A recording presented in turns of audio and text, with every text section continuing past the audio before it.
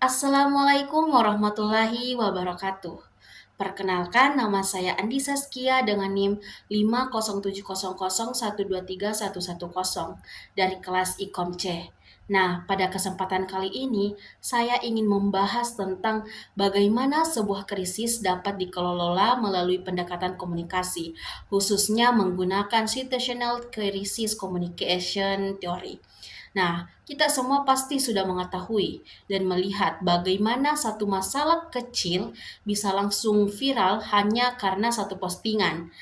Nah, satu video singkat atau satu komentar publik yang menyebar dengan cepat. Ketika hal seperti itu terjadi, sebuah organisasi dapat tiba-tiba berada di dalam posisi sulit, kehilangan kepercayaan publik atau menjadi sasaran kritik besar-besaran. Nah, seperti kita ketahui bahwasanya situational crisis communication theory menjelaskan bahwa setiap krisis memiliki tingkat tanggung jawab yang berbeda. Nah, berbeda bagi organisasi yang mengalaminya. Karena itu, cara meresponnya tidak boleh disamakan. Ada krisis yang membuat organisasi menjadi korban, ada juga krisis yang terjadi karena kelalaian.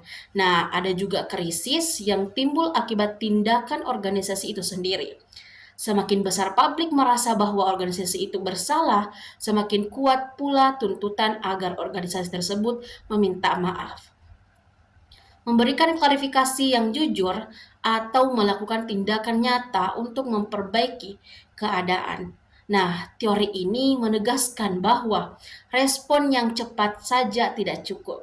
Respon itu harus tepat dan sesuai dengan jenis dan krisisnya. Kemudian di dalam kehidupan masyarakat Indonesia, kita bisa melihat contoh nyata yang pernah viral.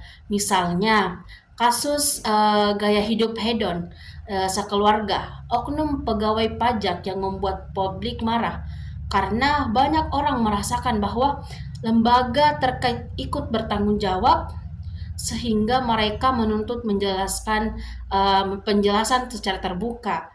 Sebagai respon, instansi tersebut memberikan klarifikasi secara resmi, menyampaikan permintaan maaf, dan menegaskan bahwa kasus itu sedang diproses. Contoh lainnya, ketika muncul tagar yang dengan hashtag percuma lapor polisi, sebuah bentuk kekecewaan masyarakat terhadap pelayanan laporan. Kasus situational crisis communication theory menjelaskan bahwa dalam kondisi seperti itu institusi harus memberikan penjelasan transparansi. Nah, menunjukkan langkah perbaikan dan memastikan bahwa pelayanan yang dilakukan itu diberikan secara benar-benar berubah.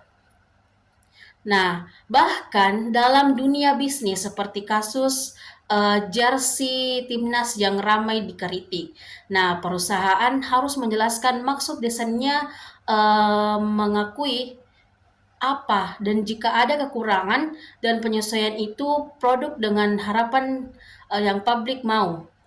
Dari berbagai contoh tersebut, kita bisa memahami bahwa situational crisis communication theory bukan hanya teori semata, tetapi panduan yang sangat penting untuk menentukan sikap saat krisis datang.